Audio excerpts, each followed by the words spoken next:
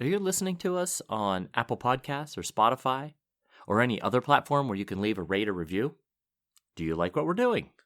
If the answer to all of that is yes, please consider quickly giving us a 5-star rate. And if you wouldn't mind leaving us a nice review, we greatly appreciate that as well. Okay, let's do this.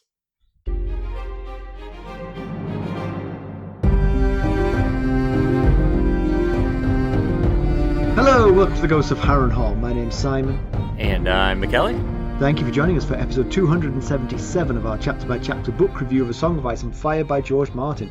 Today we'll be discussing chapter 5 of A Dance with Dragons, that's Tyrion 2. I haven't got used to the name of the new book yet. Every time I'm like, I want to say Feast for Crows. A feast? That something with something? Well, as always, we're going to chat about the chapter and try not to spoil any future plot points for you. Hopefully we'll do a better job than Simon and Jenny did last week. So soon! I'm joking. Unless, of course, you have a Buy Me a Coffee Sustainer tier that includes spoilers, then we will spoil things for you. But regardless, hopefully we'll provide you some entertainment along the way. We'll summarise what happened, discuss our thoughts on it, provide some useful background, compare it to the television show, indulge a little pedantry, cover some relevant news and listener correspondence, and air grievances. I was wondering why the "and" didn't come before listener correspondence. Be sure to check out the show notes. They'll provide some additional information about the characters and geography of this chapter. How are you, sir? I'm doing well. It's good to be back. How was your trip? You were missed. I mean, you were missed, but it was very nice. It's a fillip, a boost to do this with someone else, you know? Yeah, sure. Absolutely. I get it. Yeah. Because we get in a rut, you know? We get in a rut. Yeah, sure. I mean, we're on 277 of these, so that's good to mix it up a little bit. And I enjoyed the episode. I took a walk yesterday morning and, popped my earbuds in and walked around the lake in my neighborhood and enjoyed the discussion about Bran 1. I thought you guys did a lot with a chapter that didn't lend itself to a lot of discussion. Yeah, I mean, all the action that happened off screen, you know, you were sort of like, right. Yeah. We're a bit cold. Thanks for bringing back the pig. We're cold and hungry. Oh, and you brought a pig. Is that a pig? I don't know. So how was your trip? My trip was great. We had a really great time, and we threaded the needle. Well, first of all, you mentioned we were Stacy and I were in Florida. We were celebrating our 25th anniversary, which happened half a year ago, but my microphone refuses to pick up the fact that I'm giving you a sort of golf clap for this. Well played, 25 years. Congratulations, sir. Well, and commiserations to Stacey as well. Understandable.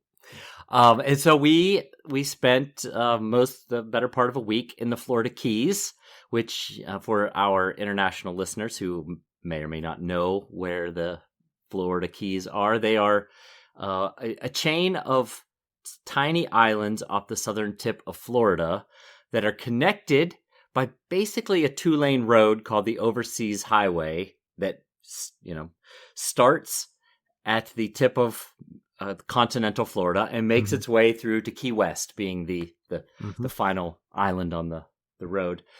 And we had a really great time. We threaded the needle around bad weather so perfectly. We left minutes, like flurries were starting to fall out of the sky as our plane was rumbling down the runway to leave here. And then we left Key West on Sunday, and on Monday they've got record downpour of 7 inches of rain in one day. Wow. Holy moly. We could not have threaded this more perfectly. and when you came back here, there was no sign of any snow, probably. None at all. In fact, it's been like in the 70s here, and it was in the 70s and 80s there. So I haven't experienced a day with a high below 70 since a week ago. That's perfect. Well done. Congrats. I mean, February's a good time to go to the Florida Keys, I would imagine, generally. Yes. Especially from almost anywhere on Earth. Yes, and it's the high season down there. And so our first night we stayed in Key Largo, which is the northernmost key. And then, then we made our way driving down the overseas highway to Key West, where we spent several days there as well. But in Key Largo, we were having trouble finding a reasonably priced accommodations. So we ended up staying in an RV. It was either an RV or a boat. And with Stacy's motion sickness and seasickness, I was not going to put us in a boat. So we stayed in an RV. And it was fine. It was a bit older. And an RV, I don't know if RV necessarily translates. It's a recreational vehicle. So it's a sort of house on wheels. Yeah. Yes. Right. But yes. Normally it would be. This one was kind of fixed in. I think the person who Airbnbs it, that's kind of. But it has bathroom. Yes, it could have. Yeah, everything. Area. Right. Nice. But it was fine. It was a little older, but it did the trick. It was fine. But the master bedroom, everything is kind of small in an RV. Yeah, it's not a real house. Yeah. When I laid in the bed, not only did my feet hang off of the end of the bed, it hung out of the room. So my feet were in another room. I love it. And so all night, Stacy said she could hear my feet whacking, like my ankles whacking the door frame.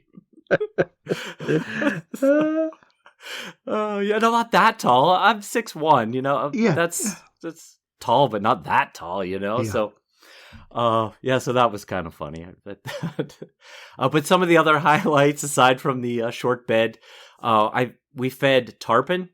That is their huge fish that have these really almost like basket-like mouths.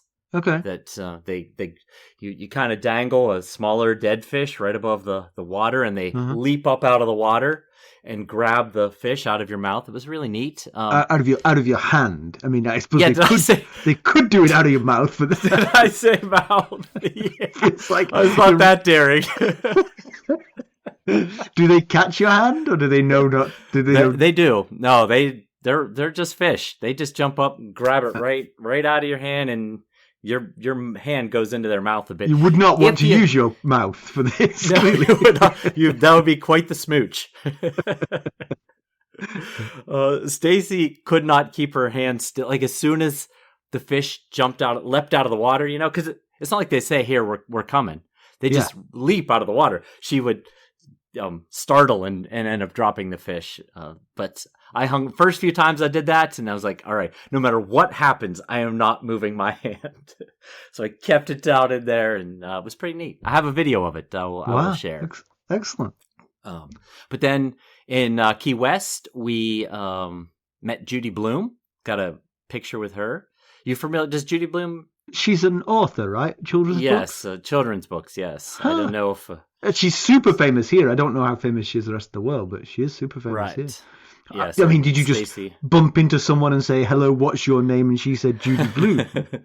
So she owns a bookstore in Key West, and we were in the bookstore, and she was just there stacking books on a shelf. And Stacy read all of her books when she was a little girl, and, she was influential in her young developing life. And so as we were checking out, which Stacy was buying, Are You There, God, It's Me, Margaret, which is probably her most famous book, she said to the guy who was checking us out, is that Judy there? And he was like, yeah, you want to say hi? And she was like, no. And he was like, yeah, she'll be happy to say hi. And so he goes over to get her, and Stacy's like, what am I supposed to say to her? I don't know. So she was very sweet, very, very nice, and did she sign us up for a bit. Yeah. She bought a signed copy, so it was already signed. Oh, I see. Okay. So, but yeah, she took a picture with us, chatted. So it was really that's exciting. Yeah, I mean, she's famous enough for me to have. I believe I've read her books out loud to my child. Right, probably. We also went to the Hemingway house, Ernest Hemingway's house. I was going to say, she's not the only literary figure associated with Key West. Yes, I've been to Hemingway's house as well. We did not meet him. That would have been something. That would be more surprising. No, actually, Yes. no, less, because I had no idea Judy Blume lived in Key West. There was a chance. All right, well, let's get down to business, shall we? How did we leave Tyrion Lannister? And we've got a number 2 for the first time. That's right. We saw Tyrion this book. Yes.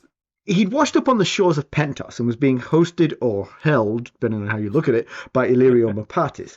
The Pentosi gave Tyrion an ultimatum: eat the poison mushrooms or get over yourself. If the latter, then Mopatis knows someone who could use Tyrion's help, one Daenerys Targaryen.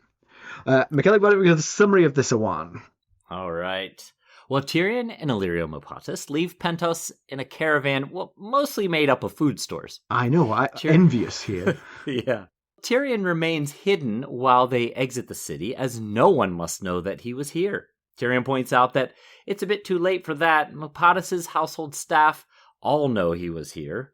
Mopatis isn't worried. He trusts his staff completely. Tyrion thinks that's a fitting sentiment to have etched on the man's crypt. Tyrion will travel overland to Volantis, as the seas are too dangerous at this time of year.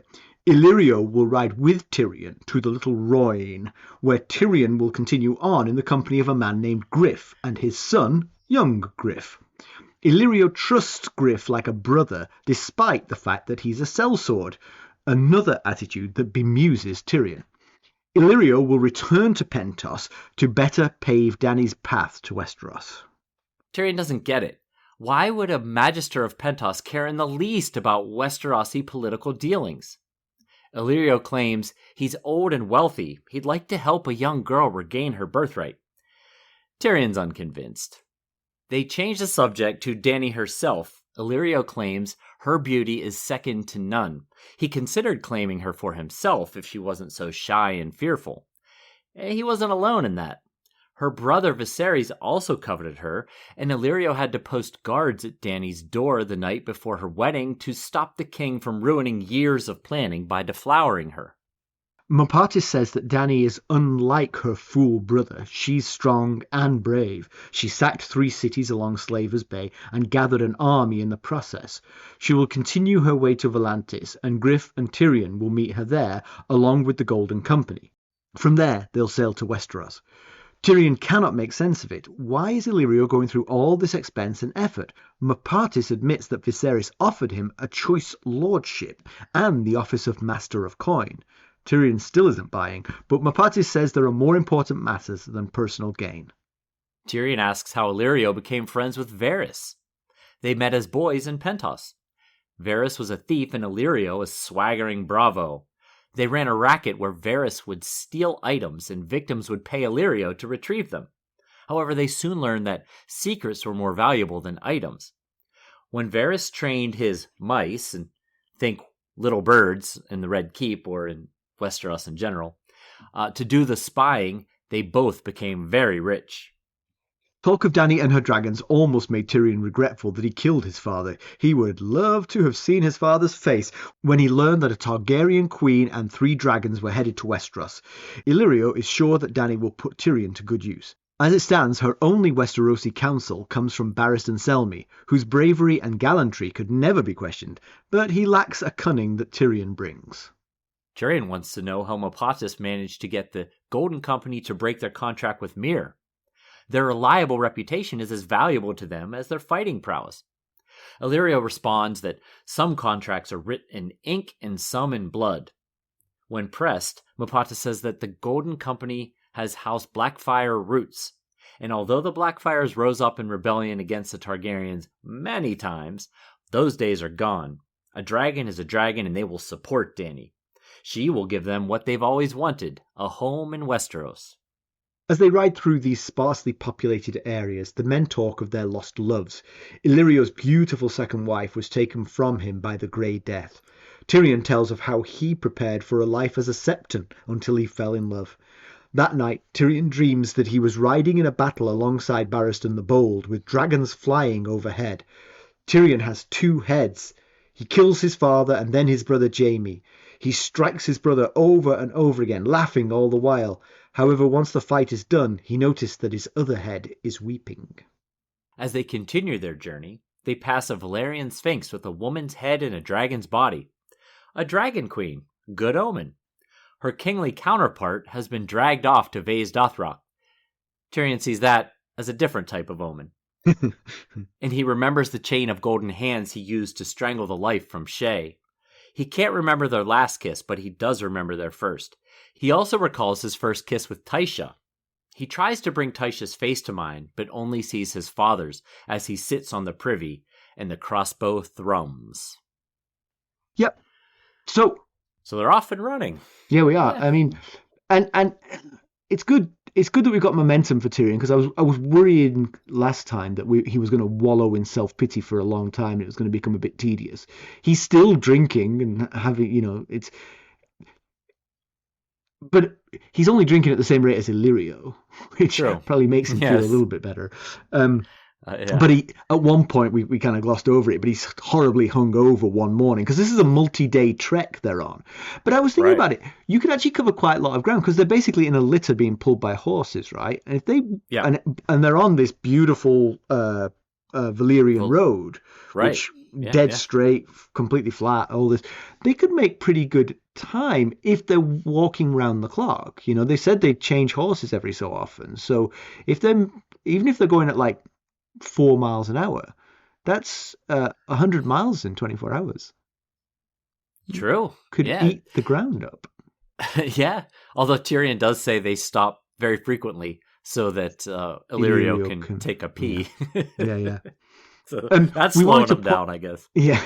We wanted to point out the geography of this. So, and actually, I got to say, I misremembered the geography of this. I had Pentos much further south on the west coast of Essos. But it is, in fact, pretty central. And Volantis is on the south coast of Essos, sort of like quite a bit, inland. It's not inland, it's on the coast, but way east of where Pentos is. But I thought this journey was pretty much just heading east. But in actual fact, this journey is a long road east to get to the river, and then a very long southward trek down the river, which will be flowing in the right direction for them. And that will take them to Volantis. Yeah, and so Volantis is on the southern coast, just west of Slaver's Bay. That's how far east it is. It's separated from Slaver's Bay by the Valyrian Peninsula, and Meereen is on the east side of Slaver's Bay. So they're still a good bit away from Meereen, even when they get to Volantis. But they gave an estimate of like 500 leagues or something. It was 500 and change. Yeah, something like that. Between Meereen and Volantis, to be clear. Yeah, Meereen and Volantis. Yes, yeah. Right, yeah. So that's a long way to go if you're not flying. Right.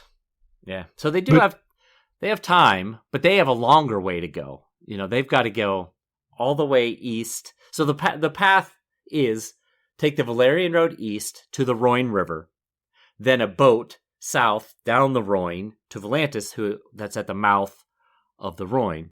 Meanwhile, Illyrio is going to return back to Pentos once they reach what's called the Little Rhoyne, which is a tributary that feeds into the Rhoyne. Yeah.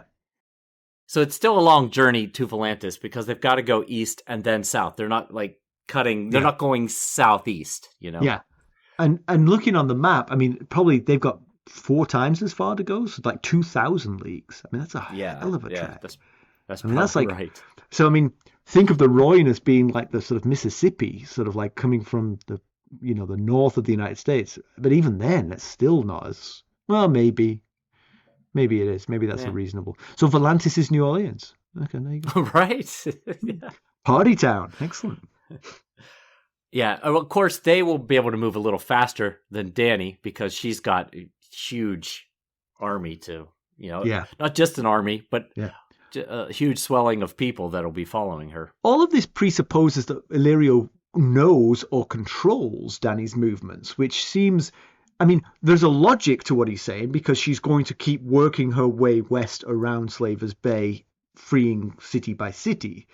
And so Volantis, either north or south. She could go the land route, or she could. They have a contingency plan because if she takes the land route on the Valyrian road that goes north of Slaver's Bay, they still have to go to Volantis because that's where that road leads. If they sail from Meereen, to try and go to Westeros, they'd still have to stop at Volantis to, right, to bring on. So he's not sure, but he's confident that she'll stop in Volantis one way or the other. Exactly. Right. Yes. Yeah, but we've recently checked in on Dany. She doesn't seem ready to raise anchor and set sail. Yeah. You may not need to march 24 hours a day to beat her to Volantis, I feel. No, and he makes a comment that he assumes that she's already on the road, already left Meereen. She has not. We know, right. At least I don't. We don't know exactly how the timeline lines up, but she was only 2 chapters ago or so, maybe 3, and she had not. It did not seem like she was packing in preparation for departure. Indeed. So here's the plan. Just it was mentioned in the summary, but just to summarize what was in the summary, they're going to meet Griff at the Little Rhoyne. Then Illyrio is going to head back to Pentos. Tyrion is going to go with Griff and possibly his young son. As his young son comes up, we'll have to see whether young Griff is there or not. But they're going to sail down the Rhoyne to Volantis. There at Volantis, they're going to convene with the Golden Company and meet Dany. And then all together, they're going to sail for Westeros. Mm. That's the plan anyway. But yeah. One thing I was thinking was that if they get to Volantis early and she's not there, what do they do? And I was thinking, well, probably they just keep going east towards Slaver's Bay. But actually, just looking at the map, they could miss her by hundreds of miles. It would not be. Unless you had very reliable information about where she was, you would not want to risk that because you could definitely miss her. And you would need to know whether she was on land or Indeed. At sea. Yeah. That would be very important. But Tyrion makes a reasonable point. He makes multiple reasonable points regarding this plan. Because he's very suspicious of this whole plot, basically. He feels like he's being manipulated in some way.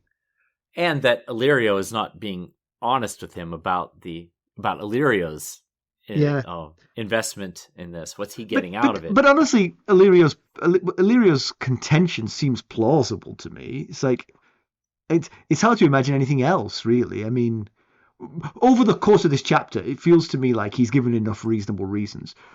Lordships, okay, he's already wealthy. More money, I've seems that wealthy people like more money, and a degree of falling in love with Dany. For all these reasons. That's true. Yeah. I mean, well, the first question else is there? What other hold over him could there be? Well, let's get to that. That's the second question. The first question he asks is, why would the Triarchs of Volantis side with the Queen that's destroying the slave trade? Because slavery is a huge factor in the daily life in Volantis. And can I answer the question? Doesn't answer it. Yeah, I'll answer it. The same reason that the citizens of Meereen and Yunkai and Astapor did, because she doesn't give them a choice. Well, that's true. She's bringing an ever-swelling army. They may go, okay. That is all true. Yeah, right. I mean, she might force them to cooperate. Mm-hmm. Yeah. They also, I think in this chapter, Tyrion mentions that Volantis is is kind of the oldest and proudest of the free cities. Yes. It's the one that was closest with the Valyrian freehold. So they might still have some strong ties with Valyria and Valyrian freehold, and therefore a Targaryen with Valyrian blood and 3 dragons, they might feel compelled to want to side with her and help her. Good point. But also, he points out about the slave trade. Why would you support someone that has a slave trade, that abolished the slave trade? Well, because the point is to get her out of Essos. And what better way to get her out of Essos than to help her get out of Essos? Where we can backslide without 3 dragons breathing down our neck. Yeah, exactly. Yeah. So now we can get to the second question, which is, what are you getting out of this? And he says, I'm an old man. I want to do some good before my time's up. That I don't believe. That one I can discount. Yeah, right. So he gets pressed by Tyrion again, and he says, okay. Viserys offered me Master of Coin and a choice lordship, and Tyrion is still thinking, this just doesn't add up. And you made some good points. Although he's going through a lot of effort. If Master of Coin is what he has in mind, a job that recently has been held by Giles Rosby and Harris Swift, not exactly heavy hitters, I'm sure you need to go through all this to get that job. But for an ASOIAF street urchin, it may have some luster still. Yeah, maybe, yeah. But he seems, at least outwardly, very unconcerned with Dany's, whether she's going to honor Viserys. Yeah, I mean, he's like a fairy godfather,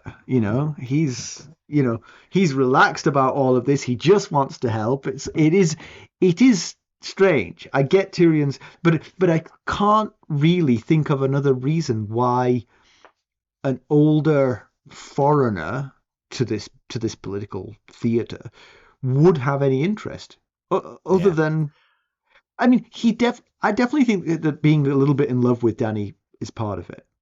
I definitely think that. Yeah, certainly could be. Because if you're a little bit in love with someone and you've got infinite wealth, then funding their dreams is a natural thing to do to a certain extent. Well, there's also another person who he's very close with that he's been working with to execute this plan, and that's Varys. So is this all in an attempt to help Varys put Dany back on the throne? Maybe Varys has some sort of connection that we're not aware of. I reread the discussion in the Red Keep dungeon, Arya 3 of A Game of Thrones, between the two of them. There's no mention of motives. All that's mentioned is that the wolf and the lion will soon be at each other's throats, and that war would do no good because they're not ready yet, and that the princess is with child, and the cow will not bestir himself until the baby is born. There's also the mention of the 50 birds, so they have switched from birds to mice. So, but no mention of why they want this done. So, but there's that one line when he responds to Tyrion's continually asking, "What are you getting out of this?" And he's talking about, how did you manage to get the Golden Company to break their contract with Myr? And he says some contracts are written in ink and some in blood. Possibly it's in reference to the Blackfires, because the Blackfires are the founders of the Golden Company and them backing the Targaryens, and that's where the blood comes from. Right. Yes. Agreed. But how does that affect Illyrio? Why would Illyrio Mopatis be bothered by that? So possibly, and this is I'm not like just making this theory up off the top of my head. There is some discussion out there amongst the fandom that could his second wife Sarah possibly be a connection. She's got Valyrian-like physical description, fair skin, hair of gold and silver. Okay. She was found in a pillow house in Lys, and there was a Sarah Targaryen who was born in 67 AC, so a long while ago, who became a whore in Lys. So possibly could Sarah be some sort of descendant of a Targaryen? Maybe a descendant of a Blackfire. She's got this, But all that said, the general characteristics of the Lyseni are Valyrian features. So, it could be nothing. But yeah. Okay, let's go with it, right? So his second wife was a Targaryen. How does that move the needle? I don't see it. I mean, like, if I was Illyrio, putting myself in Illyrio's thing, I'd be like, oh, this is a distant relative of my wife, who I loved and I miss terribly. I wish her well, yeah? But I'm not going to commit my resources. It feels like his personal connection to Dany is more important there than some loyalty to the bloodline of his dead wife. Well, Yeah, that makes a lot of sense. Unless he made her some promise on her deathbed. True. If Deathbed she promises. knows about her descent, her lineage or whatever, and she was like, I want to see my family, whether it's Blackfires or the Targaryens. A dragon is a dragon, as Illyrio puts it. Do we have any sense of when they died? I mean, when she died? Not off the top of my head. It feels like she would have died before even Viserys was born. It feels like she would have died before Robert took the throne. I can't think of off the top of my head how old she is. But that's a possibility. Because the thing about that is the deathbed promise relies on them having lost the throne. You know what I'm saying? If the deathbed promise was help my family get back to the throne of Westeros. Yes. But if the deathbed promise was, if anything happens in Westeros, please help my family get, that's right. If it were to. Yeah. Okay. Well, there's another idea that could there be a reason that Varys cares so much? I mean, he's not even Westerosi. He is from Myr, grew up in Pentos. So some suggest that maybe he's a Targaryen or possibly a Blackfire, and he shaves his head a la Egg from the Dunk and Egg series, Egg on the Fifth, and he's a master of disguise, and so therefore that's why he's working so hard to get a Targaryen back on the Iron Throne, because he is somehow connected to all that. So another possibility, but that's just conjecture. We don't really have anything. Now, Illyrio did give Dany the 3 dragon eggs, so maybe there's some sense of ownership there. Maybe he wants a dragon. But the discussion we heard in the Red Keep, in the dungeons of the Red Keep, was well before Dany's dragon eggs hatched. Right. So they were still just eggs at the time of that discussion. There were no extant dragons to think about, to plot around. Yeah. I've done a little bit of research, and it seems that the plague that took Mopatis' second wife came to Pentos after the fall of the House Targaryen. Okay. Robert Baratheon was king at the time. Okay. Well, then that opens that up as still a possible connection. Yeah, I agree. But I think your theory that he housed Dany, he kind of lusted after Dany. Maybe he feels protective and of also her. foster children. They were his foster children, and he lusted after them. Not a great combination of things, but True. It created a bond between them. That whole thing, though, I'm always a little bit puzzled by the fact that he and Varys were working to get Viserys on the throne. I can see working to get Daenerys on the throne, because you see something in her, but you couldn't possibly have seen that in Viserys, No, and Illyrio admits in this chapter, basically, he thought that Viserys was a fool. Yeah. So, but maybe that goes to the promise. If there was a promise to his second wife, then he might turn a blind eye. I'll do what she wants, but she probably would regret this because he's a monster, kind of thing. And now perhaps his demise has made him, well, actually, I'm good with this now. I'll actually work on this because I'll put some effort into it now. Much better candidate. Yeah. We skipped over a mention of stone men. I think Tyrion was wondering about the perils that they might face on the journey and asked about stone men. And I believe that was the first time they've been mentioned in the book. I couldn't think of a prior mention. And so these are people with late stage grayscale. Is that right? That they've sort of like grayscale has crept all over their body. Yep. That's exactly right. Yep. And Illyrio says they do exist. So. All right. Yeah. Okay.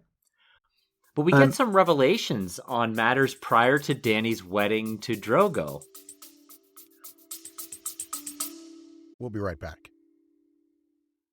Hello, friends. Are you ready to make some unforgettable memories? Well, if so, consider the Marriott Bonvoy program. Discover the perfect destination for your summer getaway and unlock exclusive deals on luxurious accommodations. With our affiliate partnership, you'll enjoy unbeatable savings and a seamless booking experience. Don't let summer slip away. Visit Marriott Bonvoy today and make this vacation season one for the books. Use our Ghosts of Harrenhal affiliate page to check it all out and buy Bonvoy points or give some as a gift. The link to our page is in the show notes. Yeah, so Illyrio claims that he almost took Dany for himself, and sounds like he actually would have done if she hadn't been so meek and fearful, if she'd been a little bolder, more like the Dany of now than the Dany of then kind of thing. Yes, agreed. Which again, is pretty horrible, but...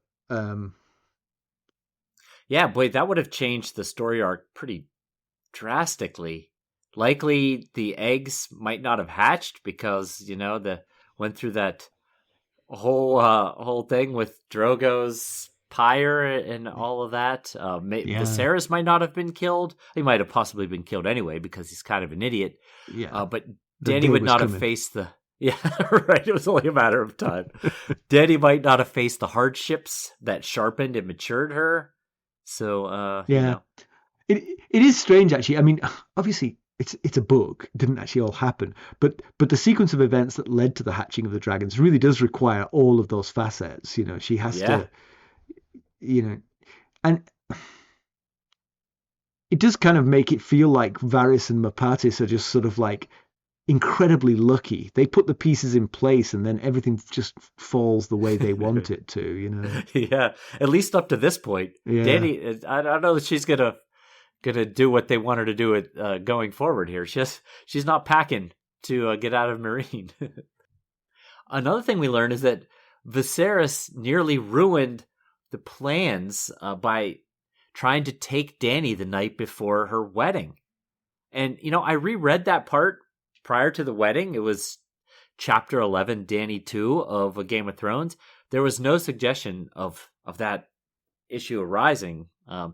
She did have a dream that night, the night before her wedding, where Viserys was beating her and saying that she woke the dragon, and then he turned into a dragon. But there was no mention of him trying to get to her or anything. That's funny because I'm thinking back on the TV show, and he did sort of assault her on the morning of the wedding, just slightly.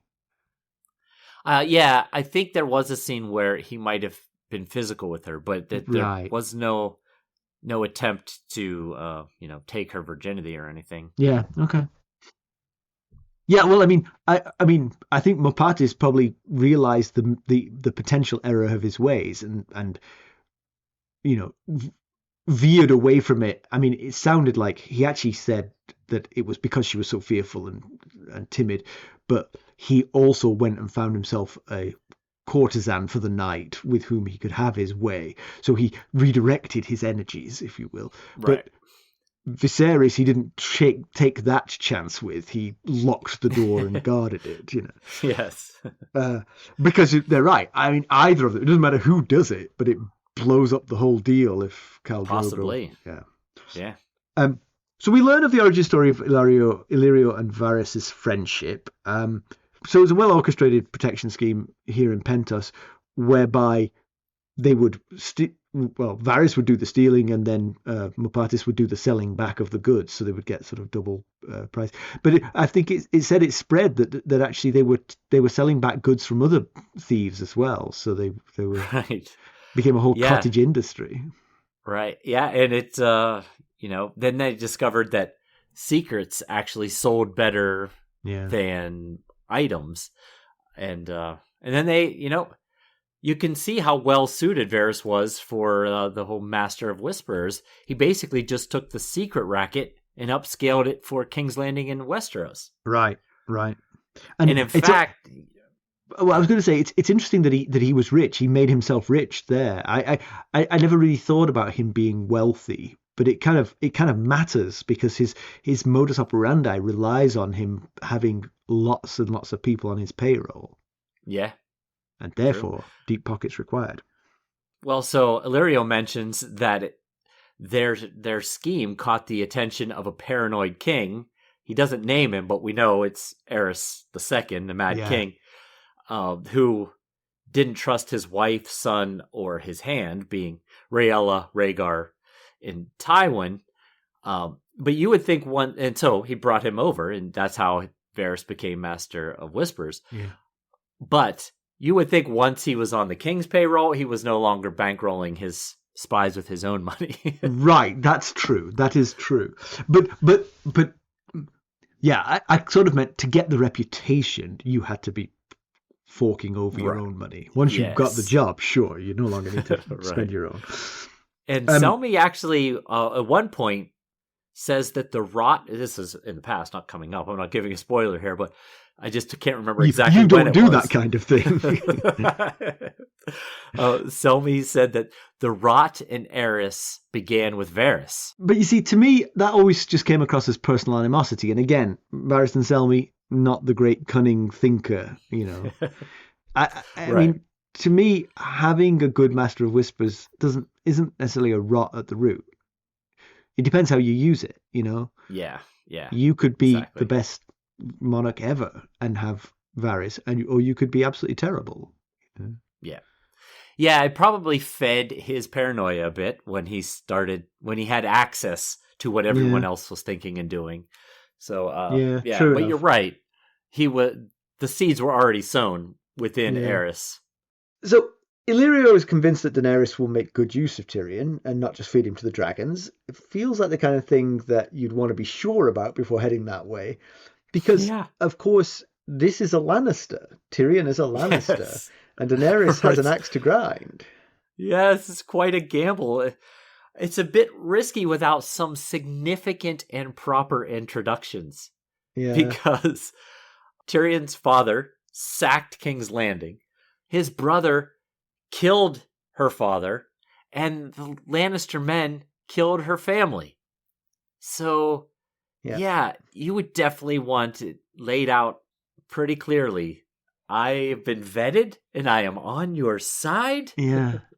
And also, it would be interesting what Barristan Selmy's reaction is, because Barristan knows him. He might vouch for him to a certain extent. He's not the worst of them. Let's put it this way. Yeah, but Barristan probably doesn't suffer fools. And, pre-Game of Thrones Tyrion was kind of true enough. A drunken, philandering. So he might not have the best reputation in Barristan's eyes. Yeah. But also, along that whole line of, Dany feeding him or not feeding him to her dragons, she's already on the lookout for betrayals because of the House of the Undying prophecies. Yeah. So, she might wonder whether this could be one of the betrayals. You have to trust someone before they can betray you, though. That's true. Yeah, I think that's a reasonable thought. Griff is an interesting new character. So Illyrio trusts him completely, despite the fact that he's a sellsword. The Golden Company keeps cropping up in this plot. So there's a couple of thoughts here. So since the Golden Company seems like a major player in the plot of this book in particular, and Feast for Crows. They came up several times in Feast for Crows in the context of Dawn, but Doran Martell sort of said, "No, you've misunderstood. That's not what Quentin Martell is doing in Essos. He's not He's hiring sellswords. He's out. He's bringing back fire and blood. Right. Exactly. Yes. So what's the association here? I mean, one thing I'd never thought of until we started this podcast is it conceivable that Griff is Mopatis' child with this Targaryen second wife? It depends on how old he is. I feel like he's an older person because he has a son. But it wouldn't have to be that old. I mean, Yeah, that's true. Because, again, she died during Robert's reign. We'll be right back. This episode is sponsored by Audible. To get a free audiobook, or 2 if you're an Amazon Prime member, go to our exclusive URL, audibletrial.com/ghostsharrenhal. You can find the link in our show notes. And Tyrion is wearing little boy's clothes And we didn't see any little boys running around the Illyrio's man. So possibly they were they belonged to a son that Sarah and Illyrio had. We don't have any evidence. First of all, the clothes could have come from anywhere. Right. The little boys' clothes. But there is these little boys' clothes, so it's possible they had a son. But the one piece of evidence here, I would say, is Mopatis' weird trust of a sellsword. He must have a deep connection to Griff, or to the Golden Company as a whole. Yeah, because Illyrio suggests that Griff is different than other sellswords because he has a son that he cares for, like as if the difference is that he's a family man. Like, I'm sure that most sellswords are single men, but I'm not sure that a doting father makes him the difference between a sellsword who will sell you to your own sister and one who you can trust like a brother. Right. Especially, I mean, I would think that a family man in the Golden Company would keep his family further away from the Golden Company, that he would go visit them during the downtimes rather than have the child in the Golden Company with you, risking his life constantly. That is true. Yeah, Illyrio says that he cares for his son, that Griff cares for his son, and that there's no nobler lad. So it sounds like Illyrio knows the child at a first-hand level.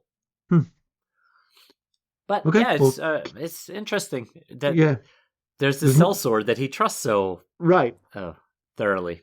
Yeah, and there's no more to go on, right? I mean, we've sort of ended realistic speculation here. We just don't know anything about him. I mean, I guess we'll get to meet him when Tyrion meets up with him, and maybe then we can start to formulate some ideas. And then Illyrio and Tyrion discuss the origins of the Golden Company, as we were just talking about, and their roots are based in Blackfire soil. And we've discussed House Blackfire previously. Just a quick reminder.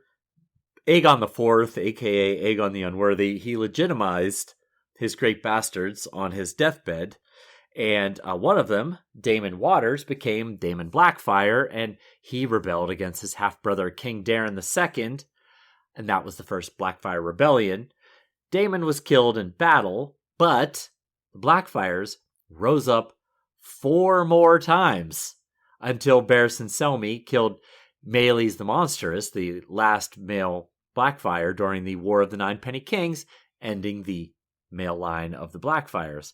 But Illyrio says it doesn't matter. The dragon is a dragon, whether it's red or black. The Blackfire sigil was a black dragon on red. It was the opposite of the traditional standard. Yeah. I'm not sure how he can be so confident that the Golden Company and the Blackfire ancestors will support Dany long term. There's not a great history of that, but it has been a little while. But Barristan's not that old. It's not like it's been 100 years, you know? Yeah. So thinking about that, I mean, there's 2 ways to look at it. One is, hey, we're all Targaryens. We're all Targaryens, and we need to, band together to get the throne back. Yeah, plausible. But also, given the history of the Blackfires, I might be, if I was a Blackfire now, I might be heading back to Westeros to say, honestly, you guys fighting over this throne, I'm a Targaryen. This is mine. Usurping. And I agree with the Targaryens you got rid of because they were awful. They were the worst. The wrong side won originally. I'm a good Targaryen. I'm the good stuff, So, maybe, yeah. So you're right. You're right to be a little skeptical of that, I think. Now, they're primarily sons of Westerosi exiles, at least according to what we learn in this chapter. And despite the split from the Targaryens, they dream of home as a common bound. Dany and the many. I'm sure not all of the Golden Company at this point is made up of Westerosi exiles, and we know there's no more male Blackfires, right? Because the line ended, at least as far as anyone's aware. The line ended. Yeah. Of course, Mopatis' second wife could have been a Blackfire, and then Griff, his son, could be a Blackfire, and right, and he's a male. He's a male Blackfire. But actually, you're right. If if all of these, so presumably the Golden Company now is made up of sort of second generation Westerosi exiles who sided with the Blackfires. They probably were raised on stories of, sort of like the evils of the Westeros, of the Targaryens. And so it's a hard sell to get them to side with the Targaryens, especially if what they dream of is going back to Westeros. The easier way back might be just send a letter and say, hey, we always hated the Targaryens. Can we come home? Right. That's true. There's Targaryen not on the throne right now. Right. So, yeah. Well, they do have the common bond of wanting to go home to Westeros. So, and Dany doesn't have any reason to hold a grudge against them as long as they bend the knee, because she doesn't really know her Westerosi history. But True. Someone who does, and who fought against the Blackfires and ended the Blackfire male line, is Barristan Selmy, who has her ear and knows his history way better than Dany might at this point. So possibly he will tell her, I fear we can't trust them. Right. They've rebelled. They might rebel again once we get to Westeros. But if they do come to her and bend the knee and say, hey, look, we're going to help you get back to Westeros. Take us with you. We want to go home, then I would be inclined to trust them, because they didn't do the exact opposite thing, which is right now to Cersei and say, hey, can we come home? We're no fans of the Targaryens either. That's true. Yeah. Makes sense. So Tyrion's dream that he has two heads that react differently to the destruction of his family. I mean, that is a manifestation of exactly how he feels. He is both regretful and sorrowful, but also glad that he did it. Yeah. And I can understand his feeling of being torn. He was never well accepted by his family. His father never appreciated him, let him go through that terribly unfair trial for Joffrey's murder. His father's treatment of Tysha, sleeping with Shay right before he killed both of them, his sister offering a huge reward for his head, him being blamed for killing Joffrey, the betrayal by the only family member who showed him love and care in Jaime.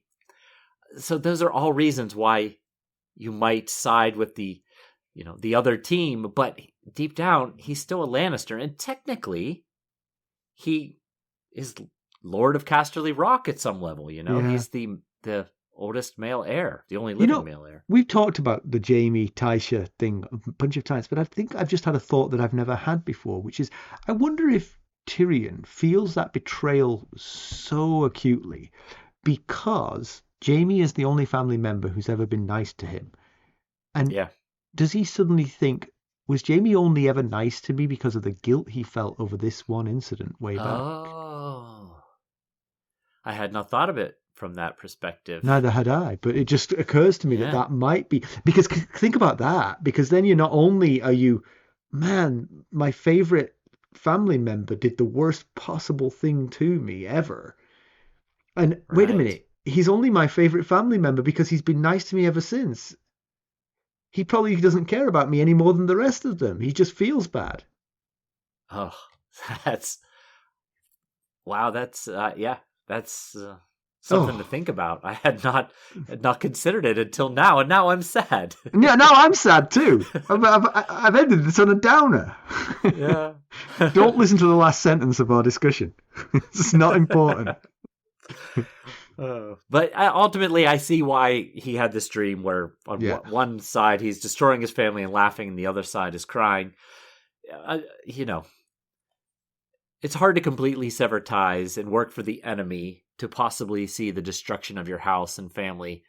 Cersei, maybe not so much, but there's Uncle Kevin, there's Aunt Jenna, there's even Jaime at some level still. So, Lancel, who cares? But yeah. Right. Yeah.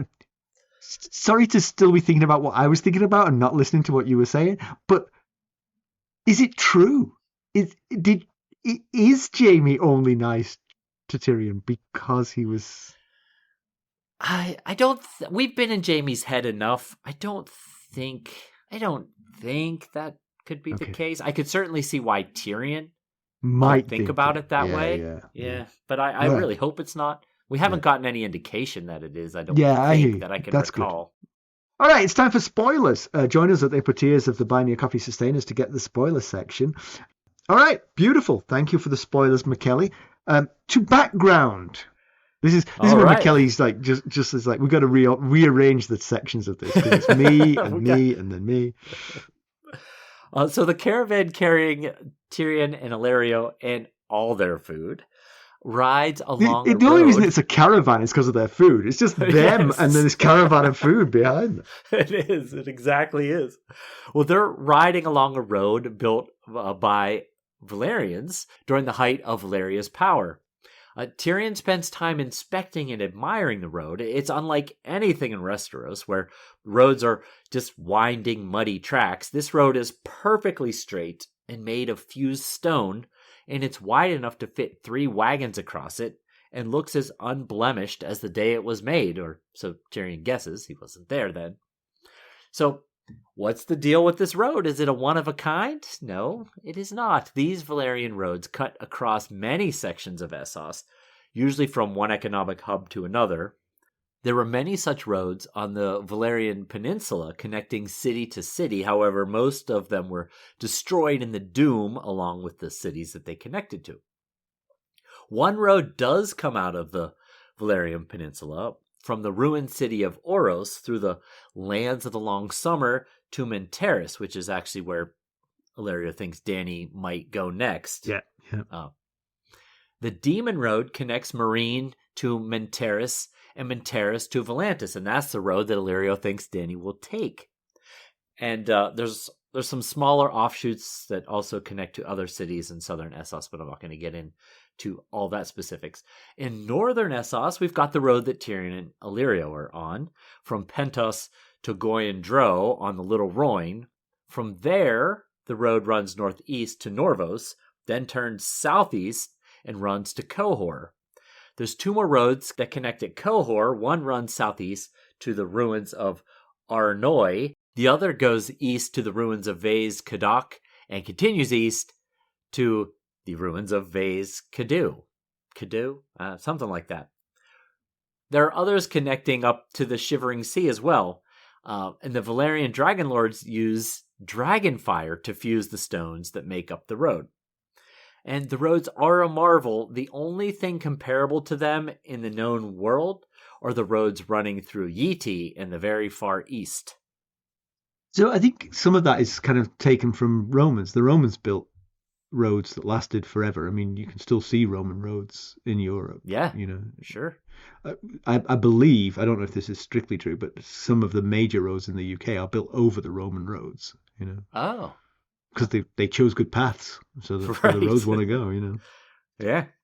A comparison with the television show, the whole scene is transmuted into Tyrion and Varys. I mean, Mopatis just gets sort of like played down. The conversation is less about Dany, who Varys doesn't know any more than Tyrion does, more about what the two of them have in common, the thirst for power, the innate decency, but walls that close them off from other people. So sort of like, it's an interesting scene, but it's not. It's the only similarity is the fact that they're riding on their way to see Dany, basically. Okay. What they talk about is quite different. All right. Pen and Tricorn, I couldn't find anything in this one. I enjoyed it too much. Me either. News and notes. All right. Well, House of the Dragon was nominated for 3 Saturn Awards. And if you're wondering what that is, they were created by the Academy of Science Fiction, Fantasy, and Horror to honor the best in TV, film, and home entertainment.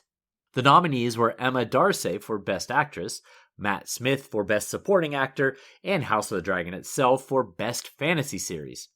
The ceremony was held earlier this month, and although the actors didn't win, House of the Dragon did take home its prize. Martin was not on hand to collect the hardware. However, he recently discovered that Game of Thrones won 6 Saturns during its run, including 2 for Maisie Williams, for Best Performance by a Young Actor. So he sent out a belated congrats to the Game of Thrones winners. Interesting. On Tuesday, March 11th, we're going to have a sustainer call. So if you're a Buy Me a Coffee sustainer, keep an eye out in your inbox for an invite. If you're a tier that qualifies, you'll get an invite. As long as I remember to check the box that says email to your sustainers. That sounds good. I hope you remember that. Yeah. Yeah. And we have speaking of sustainers, we have a new Buy Me a Coffee sustainer. Tom has joined us at the Knight of the Realm level, and that's a rather coveted spot that rarely comes available. When we lose a sustainer from a locked level, which is sad on one hand, but Buy Me a Coffee opens a spot at that level, and Tom managed to snag it. So congratulations, nice, Tom. Congratulations. There's not been a new Knight of the Realm in a couple years, I think. Wow. So, good job. Rejoicing throughout the realm.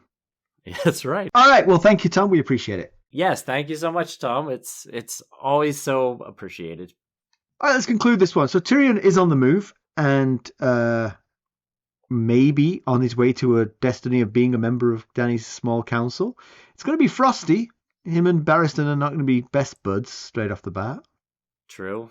Yeah. And it'll either be frosty or it'll be dragonfire hot. If things don't go, if things don't go right, the ice and fire may cancel each other out, and he might be just fine. Yeah, maybe. But Illyrio is. It feels like he's not giving Tyrion the full story regarding his reasons for involvement. Tyrion, at least, really seems to think so. Yeah. Yep. During the during the spoiler part of this, I think I might have learned why he's so very interested.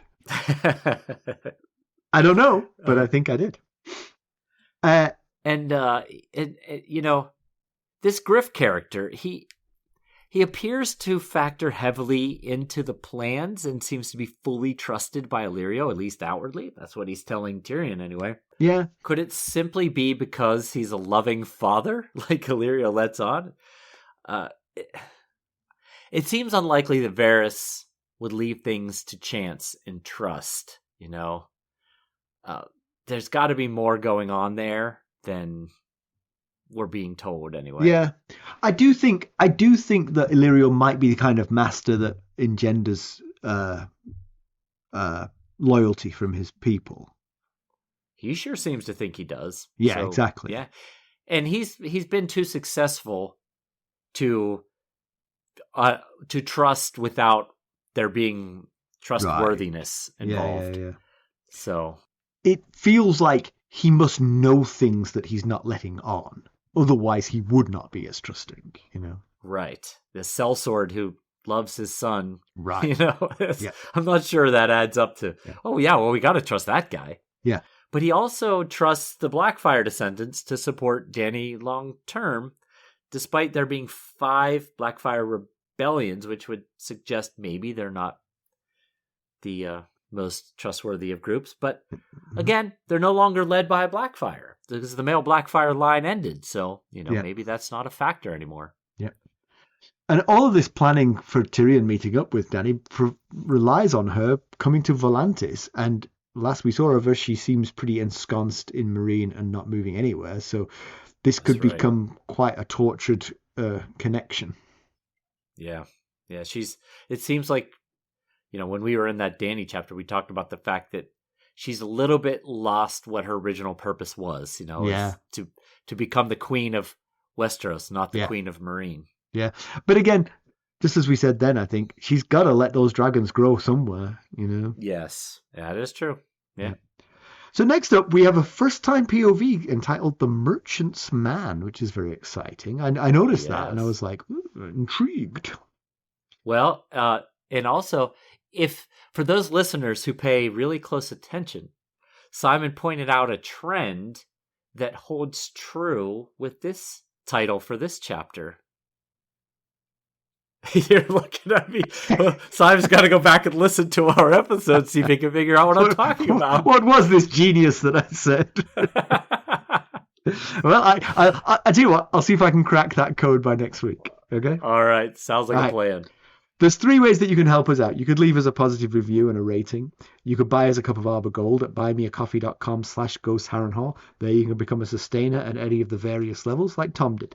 Or you can donate directly to our cause through our website ghostsofharrenhal.buzzsprout.com. And if you're looking for more ways to interact with us, well, you could send us a text. The link is at the top of every episode's show notes. Just keep in mind we cannot respond, although we do very much enjoy reading them. And if you're interested in keeping up on the latest Ghosts of Harrenhal news and developments, well, I suggest you check us out on our social media. Follow us on Twitter at Ghost Harrenhal. We're on Facebook, Instagram, Discord, and YouTube. Thanks for listening. Thanks. Bye. Bye.